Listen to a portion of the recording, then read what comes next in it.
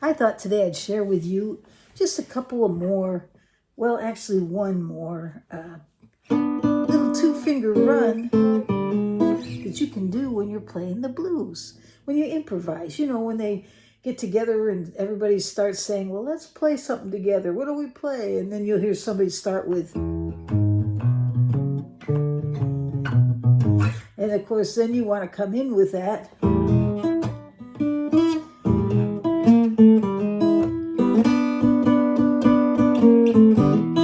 Or something, and just add to that.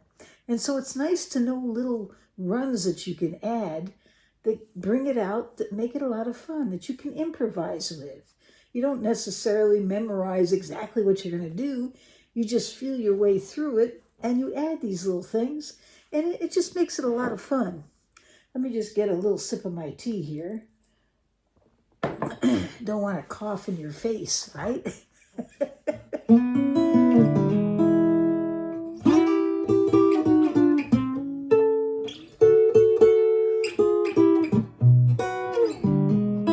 So we're going to talk about this one. I know I've shared this one a lot with you. In fact, I have a short out there.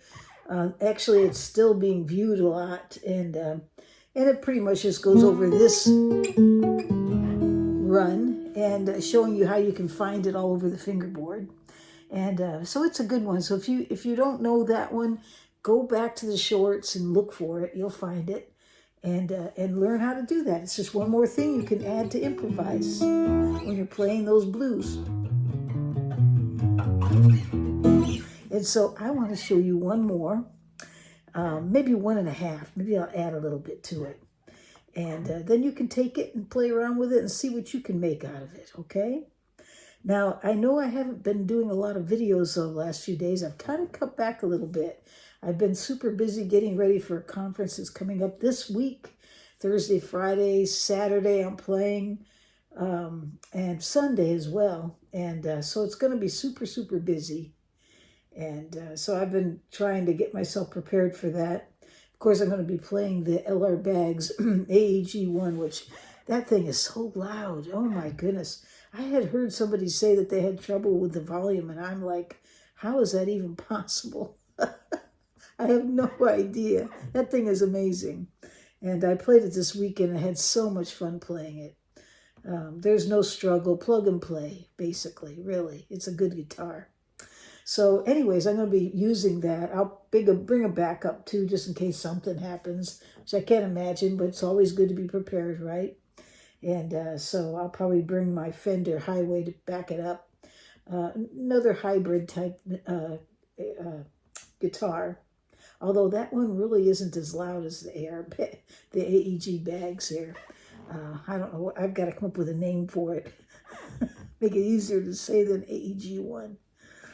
Anyways, okay. So, but enough of that. I'm going to move on, and we're going to talk about this little bluesy riff. Now, like I said, I showed you this one, but what I want to show you is this one. It's another two-finger walk down that you can find at different places on the fingerboard. In this case, we're playing in the key of G, or excuse me, the key of E. And of course, we're kind of going along through the 12-bar blues, although I'm mixing it up a little bit. If you don't know what the 12-bar blues are, basically it's 3 chords that are being played within 12 bars of music. I guess you could say it like that. I mean, you improvise and you add to it, but basically that's the skeleton. Okay, we're not going to go over what exactly that is right now. Maybe I'll do a video on it sometime, because how it's counted out is I think it's interesting, anyways. Okay, so here we go. So when you're playing the blues and somebody gets started and they expect you to improvise, you don't have music in front of you. You're just listening to it and trying to match. And you might start out, if you're playing an E, with the E chord or the E7.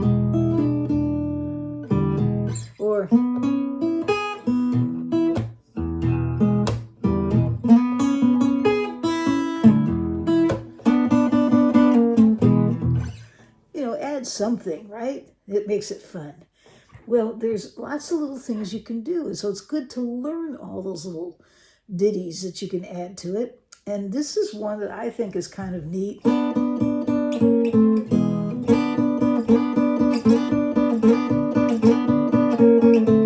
I'm sure you've heard it played before in some popular pieces, but it's just good to know. But it's also good to know that it can be found in different places.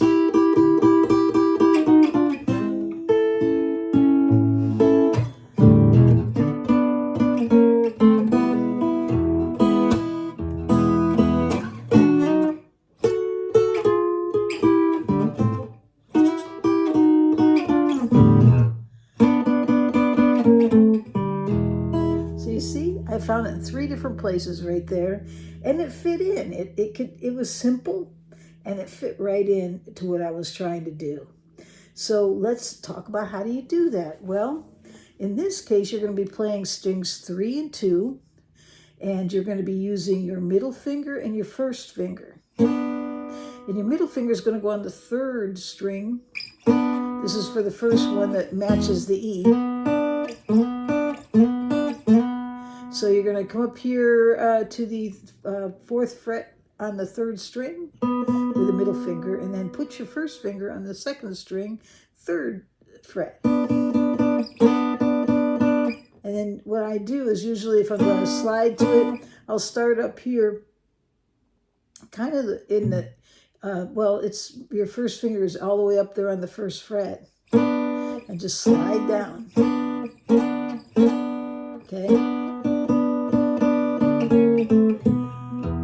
And then you can back up and drop down with it. Okay, hold on one second. Okay. I've been doing yard work. I guess I got them clean. Sometimes you take the yard with you, you know. I try to clean my fingernails. Yeah, I guess I did a good job. So...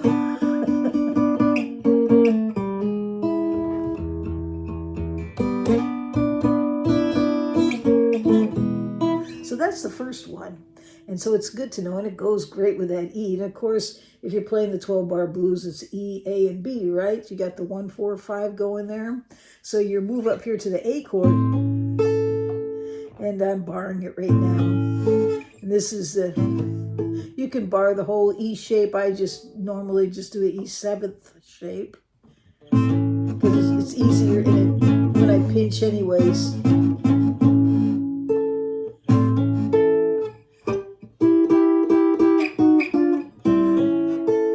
And so all you do is you move that same shape. You're still on the strings 3 and 2, except that middle finger is now there on the 9th fret, right? Okay, and so the 8th fret will be where your first finger's at. Right? There's the E again. And then we're going to go up to the B. Same shape.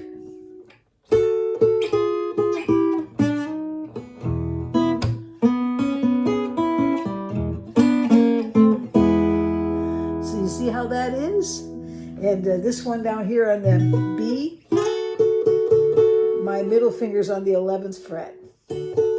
Same strings. So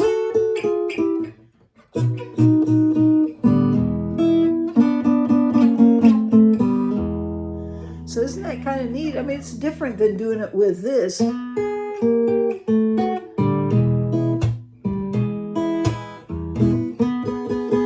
That's the other one I showed you that I just talked about. I got short on it. Here's the new one. That's the one I showed you before. Do you hear the difference? And you go up here.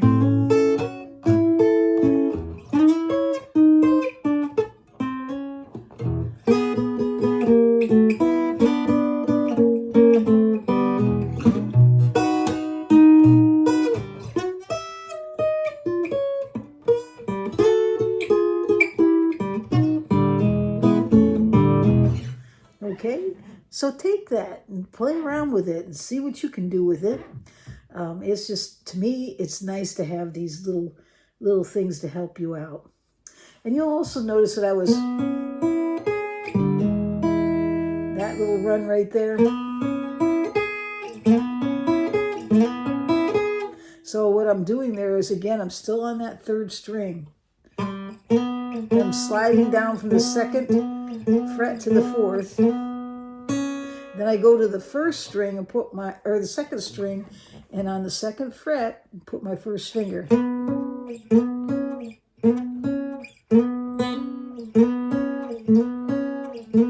Got that? Open, and then you could hammer it, but I play them both. Okay? And there I'm just open and then fourth string. So it sounds like this.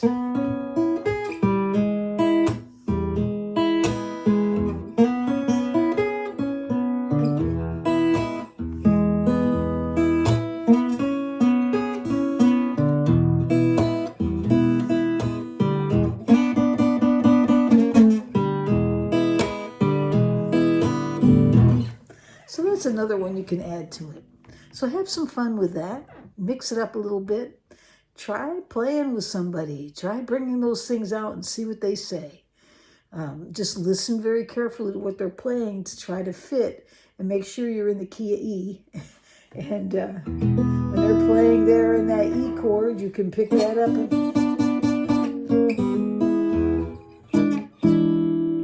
That's an E right there too, an E7. And when they get to that A, and of course when they get to the B,